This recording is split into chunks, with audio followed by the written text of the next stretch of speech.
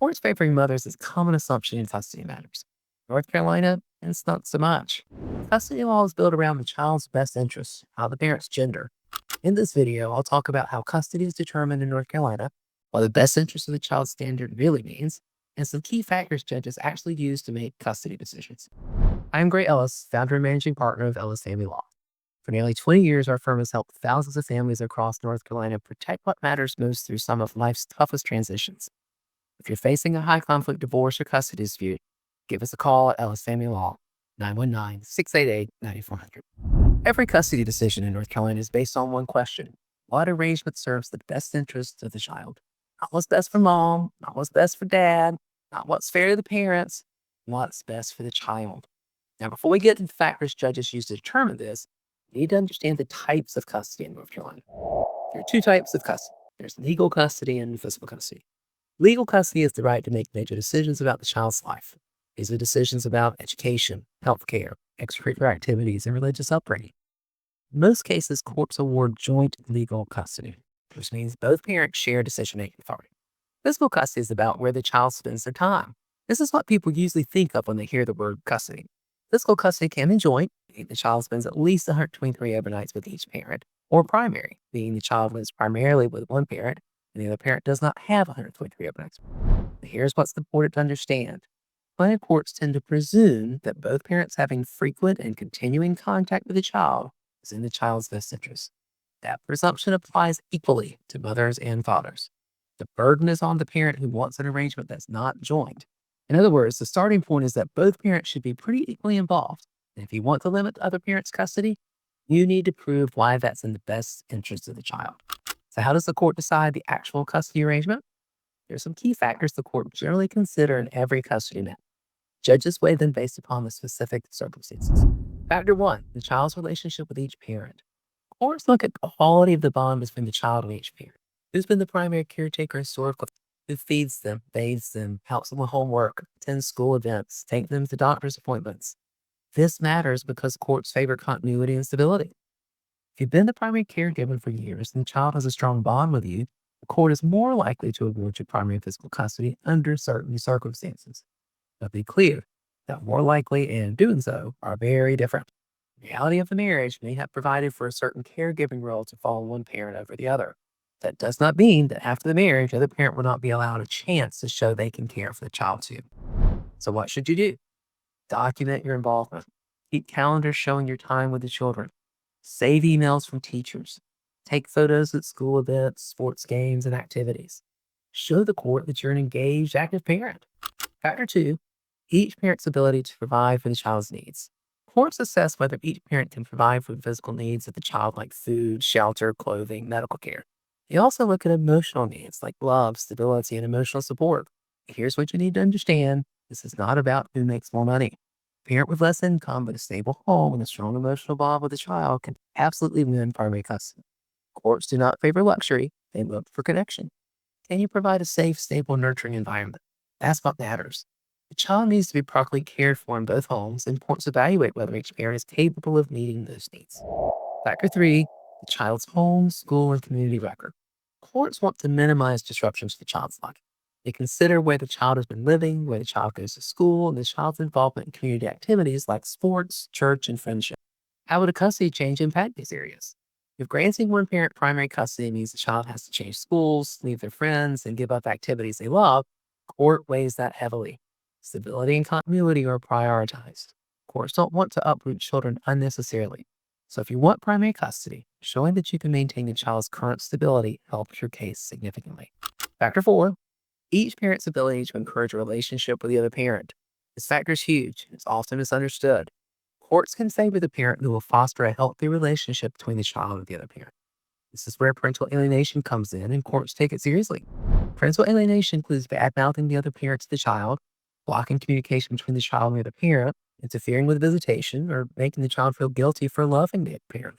Courts view these behaviors as harmful to the child, and they will consider them in custody decisions. If you're the parent trying to maintain the child's relationship with the other parent, and your ex is trying to alienate the child from you, that works in your favor.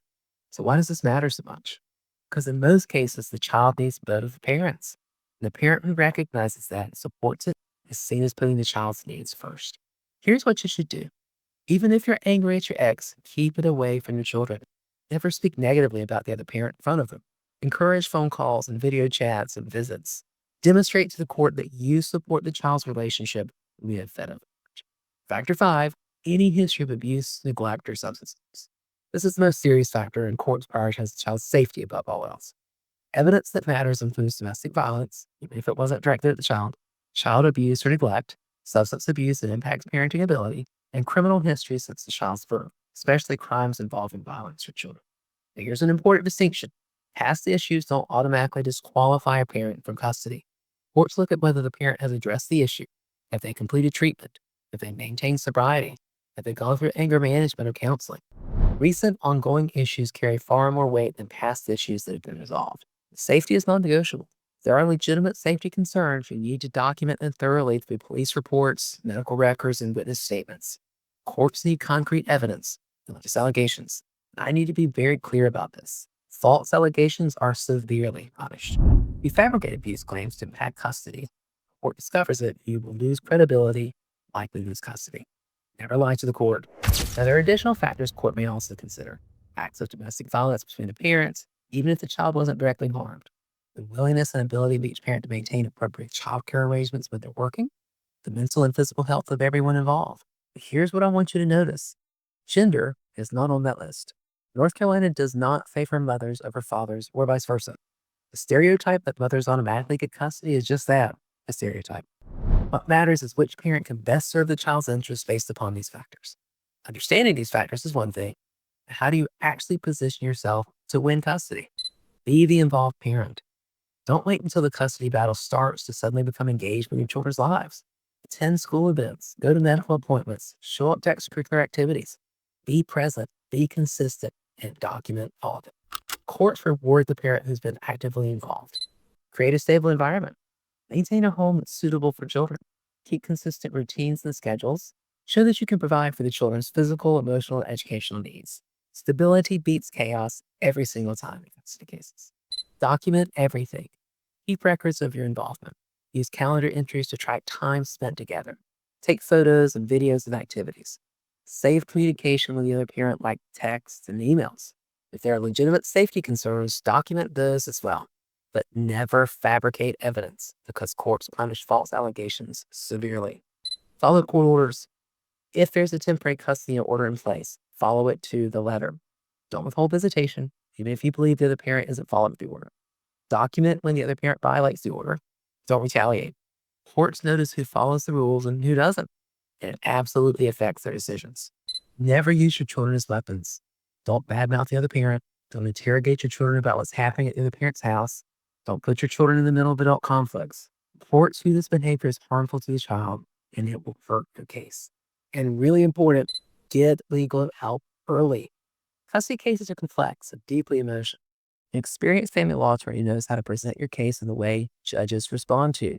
It can help you gather the right evidence, avoid mistakes that damage your credibility, and position your case strategically from the beginning. Let me address a few common questions. Thank you. What if my child wants to live with me? Well, the child's preference matters, but it's not controlling. Courts give more weight to the preference of older children, but even teenagers don't get to decide. Judge decides based on the best interests of the child. What if I work long hours? The work schedule matters less than the quality of your parenting during the time you do have with your children. Courts understand that parents have to work. What matters is what you do with the time you have. What if my ex has a new partner? The new relationship alone doesn't affect custody. But if the new partner poses a risk to the child, like criminal history, substance abuse, documented violence, that can matter. And don't introduce new partners to your children too quickly. Courts view that as poor judgment during an already difficult transition. Can I move out of state? If there's no custody order that would be violated in doing so, you could, but it's risky. Relocation cases are heavily litigated because moving away impacts the other parent's ability to maintain a relationship with the child. Courts apply a different, more restrictive standard to relocation cases. If you're facing a custody dispute in North Carolina and you want to protect your relationship with your kids, call us at 919-688-9400 or visit us at ellisfamilylaw.com/contact to schedule a consultation. At Ellis Family Law, we've represented thousands of parents in custody cases across the Triangle area. Our board-certified specialists know how to present your case effectively, protect your parental rights, and advocate for what's truly in your children's best interest. And if you're also dealing with property division and divorce, Watch this next video where I explain what counts as marital property versus separate property in North Carolina and how to protect assets you brought into the marriage.